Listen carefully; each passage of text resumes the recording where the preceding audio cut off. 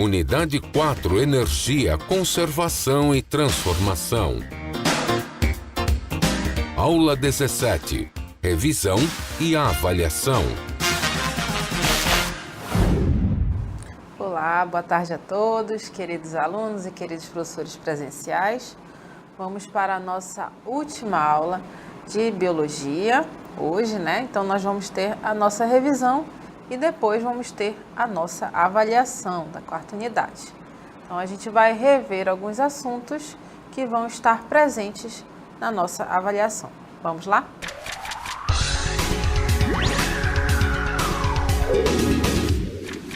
Tudo bem, a gente vai falar sobre genética, que é a parte da biologia que estuda a hereditariedade, ou seja, a forma como as características são repassadas de geração para geração.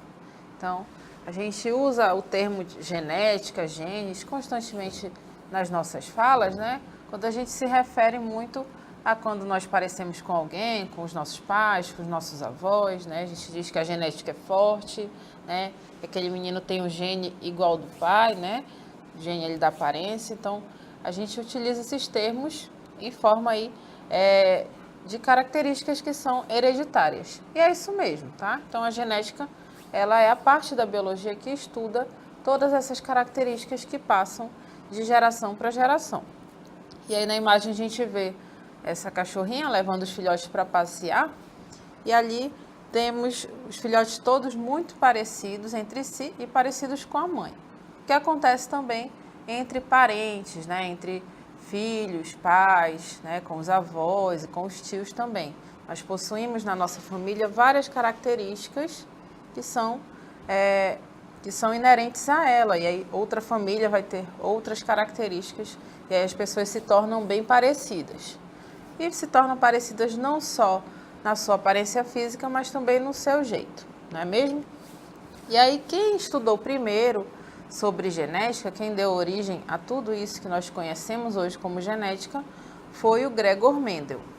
Gregor Mendel foi um monge que fez estudos genéticos. Então, ele utilizou vários seres vivos, né, nos seus estudos, onde ele observava as características dos seres vivos e ali ele ia anotando e depois ele foi fazendo cruzamento entre seres vivos específicos. E o mais famoso deles foi as ervilhas. Então, Mendel, ele publicou em 1866 os seus estudos a respeito das ervilhas, né?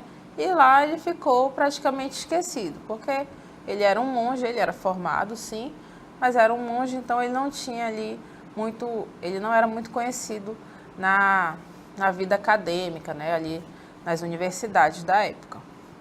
E aí o que aconteceu? Outros cientistas na época também estudavam sobre genética, sobre características que são passadas, né, de pais para filhos, como que essas características são passadas, e ali eles redescobriram as anotações e as publicações de Mendel, tá? E a gente vai entender como foi esse estudo que o Mendel fez com as ervilhas. Então, ele escolheu as ervilhas por conta de que elas crescem, elas têm ali um período de vida curto, né? Então, elas crescem rapidamente, logo elas dão flores e frutos, que são as ervilhas. Elas também são plantas hermafroditas, elas fazem a autofecundação, por isso fica mais fácil ainda de fazer ali a sua manipulação, já que não vai entrar pólen de outras flores ali naquelas flores, não vai ter uma contaminação. E aí por isso que ele escolheu as ervilhas, mas ele fez estudo com outras plantas também, tá? Então vamos entender aí como foi os estudos das ervilhas. Esse é o experimento de Mendel mais famoso, onde ele verifica várias características das ervilhas. Ele verifica aí a forma da semente, a cor da flor, a forma da vagem e a cor da vagem. Ele verifica também a posição da flor e a altura do pé, tá? Então, ele verificou todas essas características nas ervilhas e ele verificou também que tem características que são dominantes e outras que são recessivas. As dominantes, como o próprio nome diz, são características que dominam sobre as outras características. São aquelas características que aparecem mais vezes. E as recessivas são as que aparecem menos vezes, tá? Por isso ele classificou assim, em características dominantes e em características recessivas. E aí, quanto à forma da semente, ele viu que a lisa era dominante, a rugosa recessiva. Quanto à cor, a amarela é dominante e a verde é recessiva. A cor da flor, ele verificou que a púrpura ela é dominante sobre a branca, né, que é recessiva. A forma da vagem, a lisa, é dominante e a rugosa recessiva. E a cor da vagem, ele verificou que a verde é dominante e a amarela é que é recessiva, tá? Quanto à posição da flor, ele verificou que as flores em posição axial são dominantes e as flores com posição terminal são recessivas. E na altura dos pés de ervilha, ele viu que as ervilheiras altas é que são dominantes em relação às ervilheiras baixas, tá?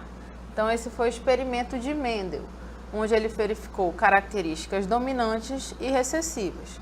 As características dominantes dominam, como o próprio nome diz, sobre as características recessivas. Então elas aparecem mais vezes, tá? Depois disso, Mendel fez o cruzamento entre as espécies. E ali ele teve resultados diversos, né? Que a gente não vai ver aqui, a gente vai ver com o professor Silone. E aí desse cruzamento eu posso chamar de hibridização, que é a formação de seres híbridos. Então ele cruzou o que ele chamava de espécies puras, né? Que são essas aqui que a gente está vendo. Vamos pegar aqui a flor, que fica mais fácil da gente visualizar. A flor púrpura e a flor branca, ele chamou a essas de pura.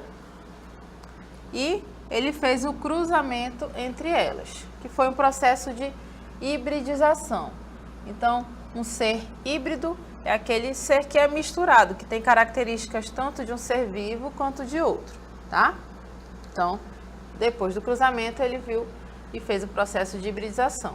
E aí ele continuou verificando as características que eram dominantes e as que eram recessivas. Quais eram as que apareciam mais vezes? Eram dominantes. As que apareciam menos vezes, recessivas, ok? Então, isso tudo ele pôde ver a partir do cruzamento. Além disso, o Mendel fez uma outra coisa lá nos seus estudos, que foi a aplicação da estatística. Então, ele aplicou a estatística dentro desses estudos em genética. Então, ele classificou como em porcentagem, né? A gente vai ver daqui a pouco como que ele fez isso, aplicando a estatística. Então, ele verificou que tantos por cento daquelas características aparecem mais, outros tantos por cento aparecem menos. Então, isso sim, eu posso chamar de estatística, ok? Estatística sendo aplicada aí na genética. E aí, muitos e muitos outros estudiosos faziam também seus experimentos e tentavam explicar a genética. E aí, eles redescobriram ali no ano de 1900 o trabalho do Mendel, né? E aí, eles puderam ali continuar os seus estudos. E aí a gente vai ter o que conhecemos como genes. Genes são a unidade fundamental da hereditariedade e são constituídos por um segmento de uma molécula de DNA que contém informações sobre nossas características. Então, os genes são a unidade fundamental da molécula de DNA. Então, unidade fundamental da hereditariedade. E aqui a gente consegue ver nessa imagem uma representação da molécula de DNA e aqui está sendo tirado um gene, né? Então, vários genes formam a molécula de DNA e eu posso chamar também de genoma. Então, conjunto de genes, eu tenho um genoma. Então, posso dizer, se eu não quiser falar o DNA do ser humano, eu posso falar o genoma do ser humano, é um termo mais correto, tá? Então, o genoma do ser humano, o genoma do cachorro, genoma do gato, tá? Então, eu estou me referindo ali ao conjunto de genes, tá? Que a gente consegue ver bem representado aqui nessa imagem. E aí, a gente tem essa molécula de DNA que vai ser formada por vários genes, formando o genoma, certo? E aí a gente tem os descobridores da genética. Como eu falei para vocês, o Mendel fez todos aqueles estudos, chegou até a publicar o estudo sobre as ervilhas, mas nós temos aqui esses outros estudiosos da época que ficaram conhecidos como os descobridores da genética, porque os estudos do Mendel não tinham ali não eram muito conhecidos, mas eles conseguiram resgatar aqueles estudos, aquelas anotações e conseguiram verificar o valor científico do Mendel, né? Eles ficaram até surpresos na época por conta da aplicação da estatística lá na genética. E aí, esses três são Correns, Chesmak e De Vries. Então, eles estudaram ali todas as anotações do Mendel, eles ficaram conhecidos como descobridores da genética, tá?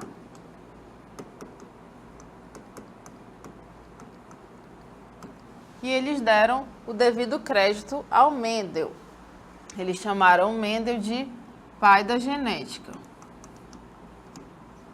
Então, o Mendel, até hoje, ele é conhecido como o pai da genética.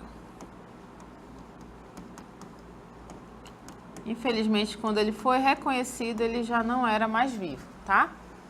Então, mas pelo menos ele recebeu o seu devido crédito como pai da genética, porque ele foi um dos primeiros ali que fizeram vários experimentos, fizeram anotações, ele fez anotações, ele verificou a hereditariedade de certas características, classificou as características como dominantes, como recessivas, e com tudo isso, o Mendel ficou conhecido como o pai da genética. E aí, depois tiveram vários e vários outros cientistas que também estudaram, né, e foram fazendo ali os seus experimentos segundo o Mendel fez também, né, usaram ali como um modelo. Então, eles queriam verificar a veracidade do Mendel, né, porque era muito curioso na época um padre escrever sobre genética, que não é muito comum até hoje, né, e aí eles também queriam testar as suas teorias. E aí a gente tem o Morgan. O Morgan, ele conseguiu fazer experimentos com outras espécies, né? O Mendel fez com ervilhas e o Morgan fez com as moscas, as conhecidas moscas de frutas, que são as drosófilas. E a gente vai ver como que ele fez esse cruzamento entre essas moscas. Então, nós temos aí o Morgan com as suas drosófilas, que é como elas são conhecidas. Temos aí as moscas de frutas ou drosófilas. E aí ele verificou algumas características entre elas, olha só. Ele fez aqui o cruzamento de uma fêmea de olhos brancos com um macho de olhos vermelhos. E ali, resultando do cruzamento entre esses dois indivíduos, ele verificou o quê? Que teve a formação de duas fêmeas de olhos vermelhos e dois machos de olhos brancos, tá? Então, ele formou dois indivíduos aqui, que eu posso chamar de híbridos.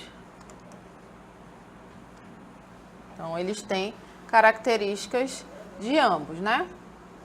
Dos seus genitores. Então, a fêmea de olhos brancos deu origem aqui, olha só, a fêmea de olhos vermelhos. Então, os olhos vieram do pai, né? E o macho de olhos brancos, então ele herdou, os filhos aqui herdaram os olhos brancos da mãe, tá? Então, eu tenho a formação aqui de 2 fêmeas de olhos vermelhos e 2 machos de olhos brancos. Então, eu digo que aqui foi 50%, né? 50% de macho e fêmea e 50% para olhos vermelhos e para olhos brancos, tá? E aí a gente pode determinar quais são as características dominantes, quais são as recessivas, ok? A formação desses indivíduos, que eu posso chamar de híbridos, que tiveram as suas características do pai e da mãe, tá ok? Então, esse foi o estudo de Morgan para verificar ali a veracidade dos estudos do Mendel e também para testar as suas teorias, né? Ele queria usar um ser vivo diferente das ervilhas para poder verificar aqueles estudos do Mendel, ok? E aí, na época, ainda estavam se descobrindo as coisas, né? Então, teve lá a descoberta da genética, a passagem ali de características do pai para o filho, mas não se tinha uma ideia a nível molecular a respeito dos genes, né? A respeito ali da molécula de DNA. E aí tinham outros cientistas trabalhando na época, e aí o que eles fizeram? Eles conseguiram desvendar como que a molécula de DNA é. Tá? Então, temos vários e vários estudos a respeito disso, e aí a gente vai ter 4 cientistas que ficaram conhecidos por conta por conta da molécula de DNA. Então, nós temos aqui 2 cientistas mais antigos, né, que são aqui o Wilkins e o Franklin, que são esses 2 últimos que a gente consegue ver. Então, ali eles já realizavam, cada um a seu tempo, estudos sobre a molécula de DNA, mas quem realmente desenhou a estrutura que a gente conhece hoje foi Watson e Crick, que foram esses 2 primeiros senhores que nós vemos aqui, tá? Então, isso aconteceu no ano de 1953. Então, se vocês forem pensar, é um estudo até recente, né? A respeito da molécula de DNA. Então, eles verificaram, Watson e Crick, com os seus estudos e também baseado nos estudos de Wilkins e Franklin, que a molécula de DNA era composta de nucleotídeos, bases nitrogenadas, ok? Então, eles precisaram fazer os experimentos deles e também aproveitar os experimentos e as conclusões dos outros cientistas, tá? Então, é assim que a ciência trabalha. E aqui a gente tem o modelo de Watson e Crick, que é o modelo de DNA de 1953 e que nós utilizamos até hoje. Então, a gente consegue ver aqui como que a molécula de DNA é, né? Ela é aqui em fita dupla, ela fica numa espécie de hélice, né? Ela fica em volta ali de si mesma. As suas fitas ficam ligadas por pontes de hidrogênio. Elas são formadas também por bases nitrogenadas. A gente vai ver já daqui a pouquinho. Então, essas bases se ligam ali através de ligações químicas, por isso que elas ficam todas unidas. E essa é a estrutura desenhada por Watson e Crick, que lhes conferiu, na época, o Prêmio Nobel. Tá? Então, o Prêmio Nobel é o maior prêmio na comunidade científica, e aí eles 2 receberam por desenharem, na verdade, o modelo de DNA, né? Então, baseado nos seus estudos. Então, eles verificaram que a molécula de DNA, ela pode se apresentar em fita simples,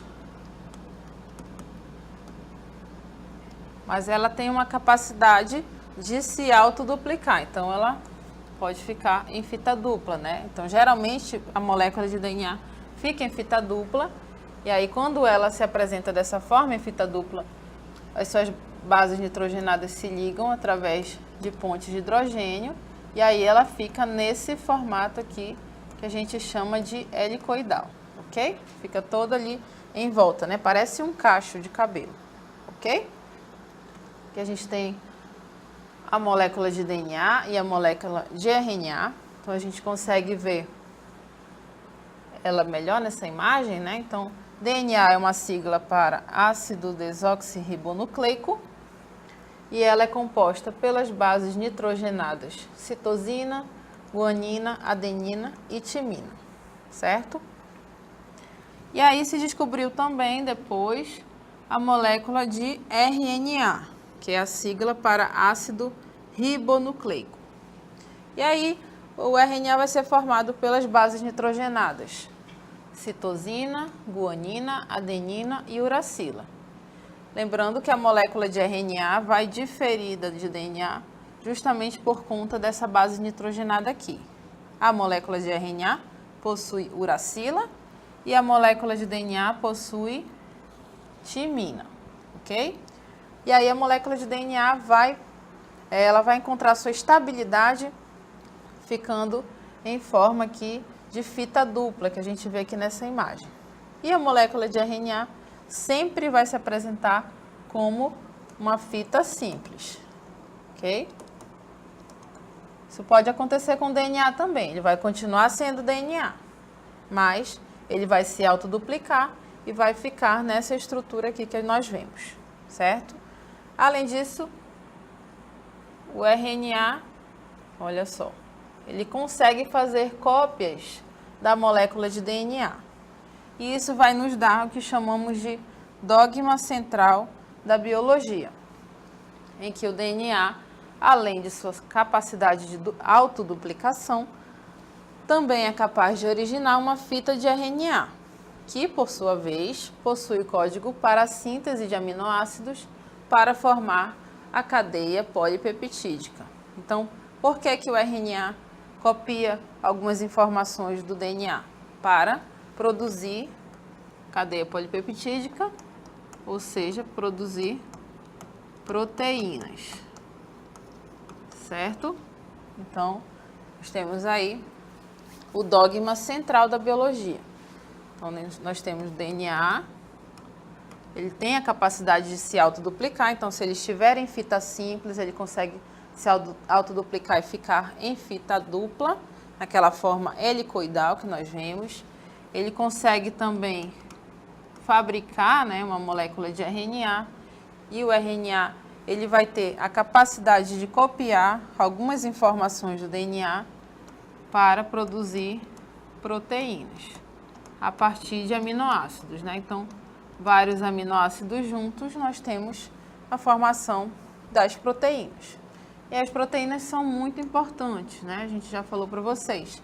Elas são partes integrantes lá das moléculas, né? Na verdade, das organelas, das estruturas celulares, também dos hormônios, dos anticorpos e de várias outras substâncias muito importantes que nós temos no nosso corpo, ok?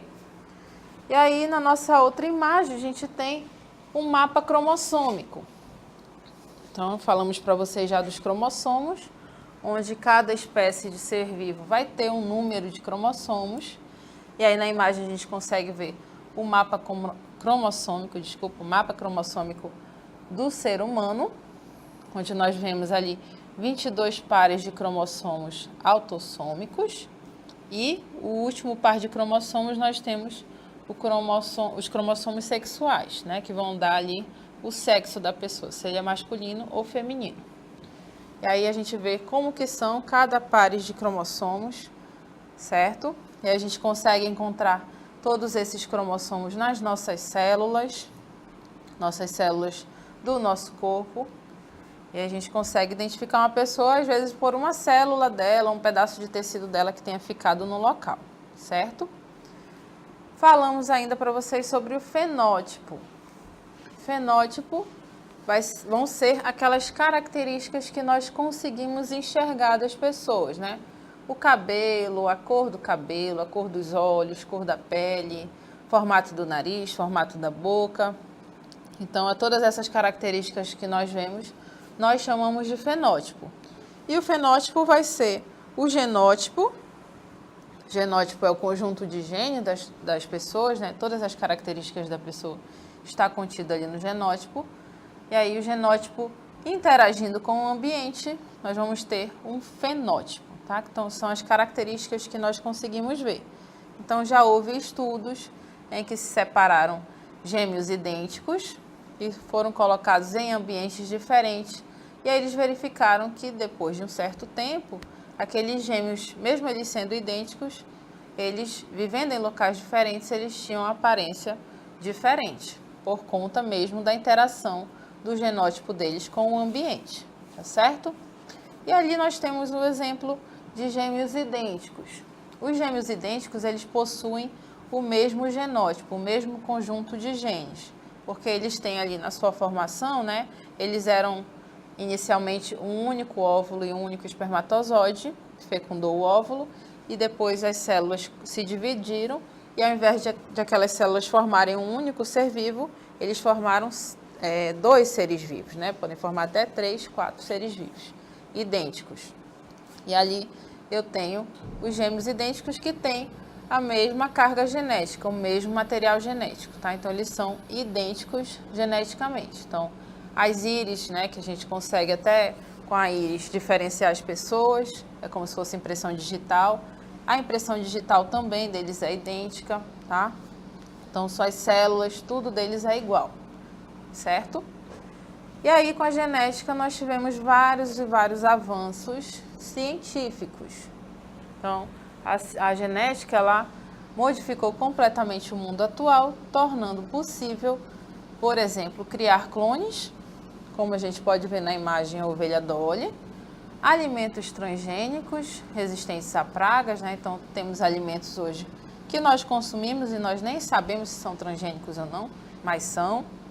Então, alguns alimentos, eles têm as suas características melhoradas, né? Para que eles sejam ali mais vendidos, para que eles resistam a pragas, para que eles durem mais.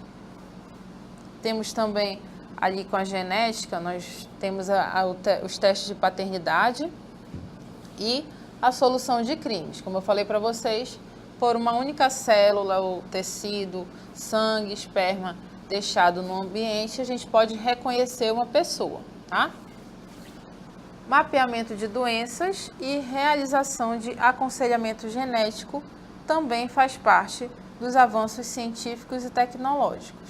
Então, se você quer descobrir se você tem propensão a alguma doença, se a união ali dos seus genes com os genes lá do seu marido ou da sua esposa, se vocês têm propensão a alguma doença também, né? Se na família tem alguma doença grave que vocês têm medo que seja passado para os filhos, então pode ser feito um aconselhamento genético, tá? Alguns laboratórios grandes fazem o que nós chamamos de aconselhamento genético, ok? Então, tudo isso faz parte do avanço da genética no mundo atual. Então, a genética é até uma parte da biologia recente, como a gente pôde ver, né? E aí a gente tem todos esses avanços por conta da genética. E vamos ter muitos mais outros avanços.